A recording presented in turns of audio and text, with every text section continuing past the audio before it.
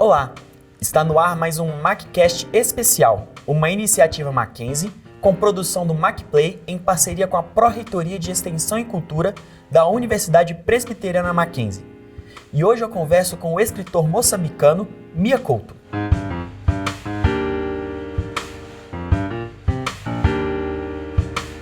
Eu queria que o senhor começasse contando pra gente o motivo da sua visita. Há vários motivos. O principal é que estou fazendo o lançamento de um livro novo, um livro de contos, que se chama As Pequenas Doenças da Eternidade.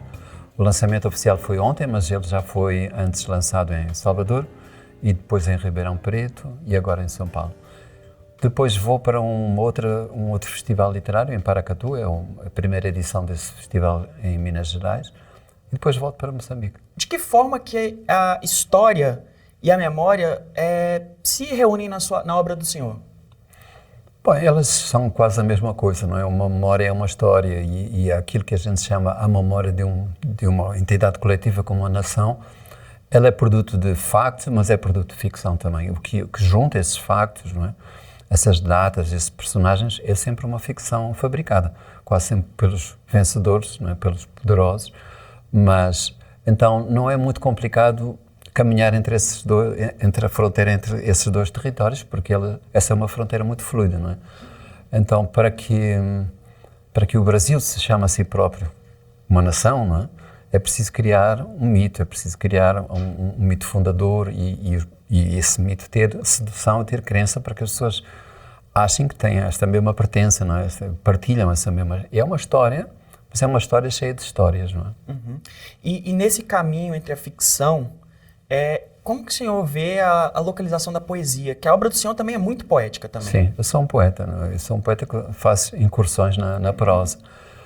Então, eu acho que a poesia não é exatamente só um género literário, é uma sabedoria, é um modo de olhar o mundo, e isso está presente em todas as sociedades e de algum modo em toda a pessoa, mesmo a pessoa que pensa que está distante desse ponto poético, não é? E que é uma pessoa muito pragmática, muito prática, não é? Eu acho que esse desejo de ter uma visão poética, portanto uma visão que constrói algo que é invisível e muitas vezes invisível, mas que tem esse conteúdo, esse desejo de beleza, está presente em todos nós, sim. Moçambique e o Brasil, né, têm em comum a língua portuguesa e o fato de terem sido colônias de Portugal. De que forma que o senhor também faz uma aproximação entre a literatura desses dois países? Ela é próxima, ela tem a mesma proximidade da nossa própria origem histórica, que é acrescentada por esse facto triste que foi a escravatura, não é? E esse comércio, esse tráfico de escravos que foi feito, de pessoas escravizadas que foram feitas durante séculos, não é? Então levaram a África para o Brasil e o Brasil incorporou isso, é uma parte do Brasil tem essa raiz africana, portanto não é muito difícil pensar nessas pontes, uma vez que elas já estão presentes na nossa história mais antiga.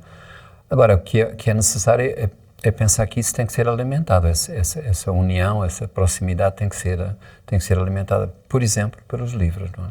E o Brasil está muito presente em África ainda hoje, isto é, por via da novela, por via daquilo que são as igrejas que têm presença, as igrejas brasileiras têm presença em Moçambique, por via do comércio, por via de algumas empresas que fazem trabalho em Angola e em Moçambique. Então há proximidades, mas nós não podemos deixar que elas aconteçam espontaneamente. Tem que haver essa vontade política, uma vontade organizada para alimentar essa... O senhor vê representação de Moçambique aqui no Brasil? Ou da presença da questão africana aqui no Brasil? Quer dizer, pouco, isto é, onde há, e hoje é mais forte que há 20 anos atrás, essa vontade de trazer a África moderna, esta África de hoje, mas onde há também é muito proclamação, há muita afirmação, ainda é preciso que hajam ações concretas que façam que as pessoas viajem, que hajam brasileiros que conheçam a África, mas a África real, que é muito diversa, é muito moderna também, não pensar que se vai para a África só buscar ancestralidade, aquilo que é mais antigo. Para buscar, a África também tem coisas para oferecer no mundo de hoje, não é? E o senhor enxerga algum distanciamento entre as literaturas do Brasil e de Moçambique? Porque há muitas literaturas no Brasil. Aquilo que se faz, por exemplo, Em São Paulo é uma coisa, que se faz no Nordeste é outra coisa, o que se faz no Sul é outra coisa. Cada autor brasileiro tem a sua própria identidade, não é? Então, a mesma coisa que se passa em Moçambique, não é? Eu só posso falar de Moçambique. E esta proximidade que estamos falando é dos países africanos de língua portuguesa, porque os outros há outra coisa, há uma outra barreira que é preciso superar, não é? Mas, de qualquer maneira, acho que o Brasil tem, ao nível da literatura, acho que há muito mais vontade hoje, há muito mais presença nas livrarias de autores africanos, portanto, há mais abertura das editoras para irem buscar ou autores que já escrevem em português ou autores que têm que ser traduzidos ou já estão traduzidos normalmente em português. Uma curiosidade é como que funciona o processo de escrita, de produção de escrita do senhor?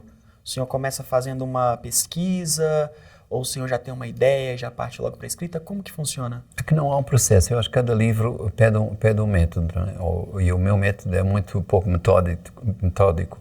É quase um caos, não é? Então, normalmente começa por uma sugestão de um personagem. Esse personagem tem que ter um poder de sedução que me faça querer que eu volte, por exemplo, agora o desejo meu é voltar para o meu hotel, porque esses personagens que eu estou a construir neste livro que estou a escrever, eles são muito apelativos e querem-me sempre presente. Então, essa proximidade também me seduz muito. Eu vivo, é uma coisa quase obcecada, não é? Eu estou lá sempre, todo o tempo. Então, essa história, esse personagem é que me fazem perceber quem eu sou. E eu preciso disso como se fosse um elemento fundamental. Só assim posso escrever um livro. Porque, como vê, é um método muito pouco, que se pode passar muito pouco para alguém, porque não tem fórmula, não tem receita nenhuma. O senhor também, além de escritor e professor, o senhor também é formado em biologia, sim, que é uma área que assim, a gente não vê tanta proximidade com o universo das letras, né? Sim. Como que o senhor utiliza o que o senhor aprendeu, o que o senhor conhece de biologia nas obras que o senhor escreve? Eu acho que o que mais me fascina na biologia é que ela é uma história também, é uma história da vida.